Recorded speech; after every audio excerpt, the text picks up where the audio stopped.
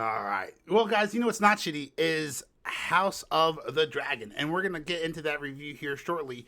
But I just want to say, first off, I am so glad that they kept the Game of Thrones theme song. That is such an epic theme song. Well, get fucked. No, thank you. But I was gonna say, what are some? Well, let's hear your opinion on why it isn't amazing, I guess. But I wanted to ask everyone else afterwards. Good. It's supposed to be a separate show. They should have just come up with a different theme. I mean, it's just like it just seems like that creativity.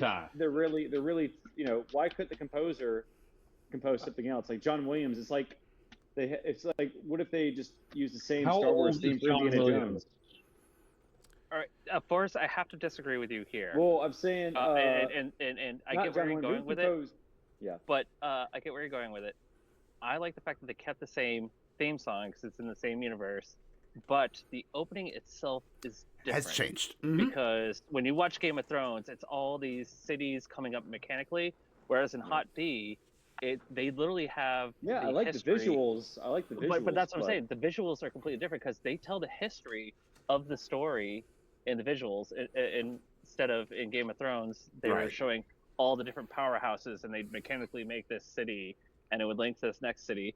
So I feel like the opening itself is different enough while existing in the same story, so I think it's the same. But the opening is not the same at all, because this one we saw the blood flows, and it paints a different stitched portrait, and then the blood flows, and it paints a different, stitched portrait. Like, the visual is completely different. Yeah, I agree. I just wish the theme, I just wish the soundtrack was. I have no problem with the visual. I guess I'm Holy like, shit, Matt! I really tried hard to follow that. I was like, "What the fuck?" You gotta watch it. You went very in depth. So, but yeah. So my question to you guys, I agree. My question to you guys is, what are some other great fucking theme songs? I'm gonna start us off. Westworld, right? That showed, middle at the end. No, the theme song, do. No, it's not forgettable. Lame. All right. Well, I can see your stance on this podcast. First season was great, though. I would agree. Yeah, which with a great theme song. All right, fine. What about the X-Men? Right, X-Men '97. We just finished covering that. That's a great theme song. Unless you want to disagree. Intro there. Forrest, what's your favorite? Forrest, what's your favorite? What's your favorite? When you were talking about theme songs, you were talking about growing up. Yeah, so that's why I was saying the Power Rangers. I was a fan of that when I was a kid. All of them. They were such good theme songs. Theme song. Bum, bum, bum, bum, bum, bum, bum, bum, bum, bum. All right, I'll take it. That's good. All right. All right. So let me ask: what's better, Frasier or Seinfeld? Because you got me some tossed salads and scrambled eggs. Seinfeld. I like Frasier's theme song. Is it really tossed salad? Yeah, it's tossed salad and scrambled eggs. It's really weird. It kind of makes you think about like somebody licking a butthole. Yeah. All right. And, like, yeah. Eggs. There's the copyright strike. There's the first copyright strike. It was under 30 good. seconds. Then you can edit out when I said butthole or eating out a butthole. Now I'm just gonna change the title of the podcast. All right, so Forrest, what's your favorite theme song? No, I want to. Forrest personally attacked Besides the eating out of a all of my theme songs. Batman animated series. So let me ask you this: what if every Batman started with that theme song? Would you hate that? It's better than dun dun dun dun dun dun dun dun.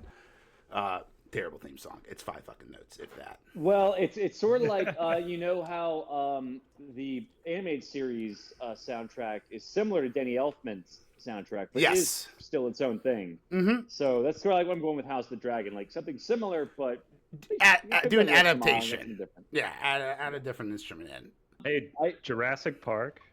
That's a movie, not a show. It's a theme song. I'll take it. There's John Williams. John Williams. I was just thinking of like memorable. Some Harry Potter. Played some Hedwig's theme. Harry Potter. That's a great theme song. Yeah. Do. Matt, what are you thinking? I would have to say, I loved being a kid in the '90s, and I would remember Saturdays on Sci-Fi Channel, you'd have back-to-back shows. One would be Saturday Anime, and it'd be a different anime movie for 2 hours. And then it'd be followed by the best theme song ever of any show, MST3K. Keeping that clutch at the end there. 3000. We forgot since we're on House of Dragon, we forgot to bring up that there's a new Game of Thrones spinoff called the Hedge Knight that's coming out. Mm-hmm. And they just released a picture of Ser Duncan the Tall. Is he tall? So Matt, I don't know. I can only see his face in the picture. He's not standing next to anyone. But Matt, do you know about the Hedge Knight or the Duncan Egg stories by George R. Martin? Okay. Yes. You want to elaborate? No. Yeah, not really. Okay. It's not that great. He needs to finish writing whatever book he's on. I know, because I'm almost done with Dance with Dragons. I got like 2 chapters left. Yeah, don't support Hedge Knight. It's good, but don't support I know it.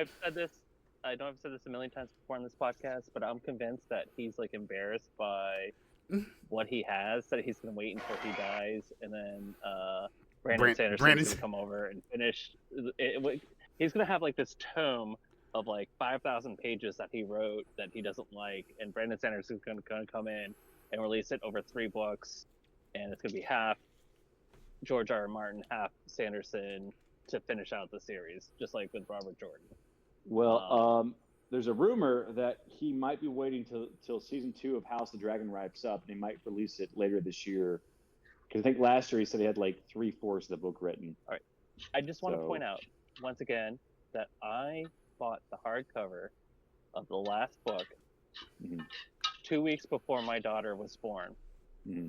My daughter is about ready to be 13 years old. She will be 13 in December. Not good. And I bought the last book when it came out in November before she was born. Yeah. What is this, a Mad Max movie? Damn. Come on. Let's hurry up these timelines. I don't have a good transition for this next story. And we're getting to the reviews, guys. But this you'll want to hear. This might actually make you very upset. Have you guys ever heard of this person named Laura Silsby? Silby? Laura Silsby. Have you guys ever heard of her? Mm-mm. Well, a while back in 2010, she was arrested with 9 other people for attempting to kidnap 33 children out of Haiti. Do you guys want to guess what she's doing? Not good. That's terrible. She's writing Star Wars. Guess what? Actually, probably. Anyone else have any guesses? Maybe she's serving prison. I love how no one said prison. Like, trying to kidnap 33 kids 14 years ago, and no one's like, she's still in prison. She's Harvey Weinstein's assistant. Writing for the Acolyte. No, that's Leslie Headland. This is Laura Silsby. Guys, she is on the board of directors for a company called AlertSense. Does that mean anything to you guys? Help, I've fallen. I can't get up. Close. No, AlertSense is in charge of Amber Alerts. Oh. So you have she's the vice president of marketing. That's a conflict of interest. Like, what? First off, she should be in jail. Should she not, trying to kidnap 33 children out of Haiti?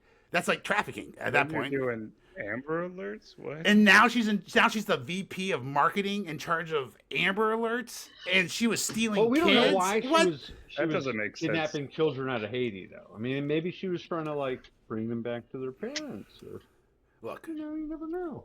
Maybe. You know who was trying to find out? Monica Peterson, a journalist who was investigating the Clinton Foundation down in Haiti. Guess how she died? That's right. She unalived herself. She watched The Acolyte. Nudge, nudge. Yeah. Bam. I like the jokes. I want them to keep coming.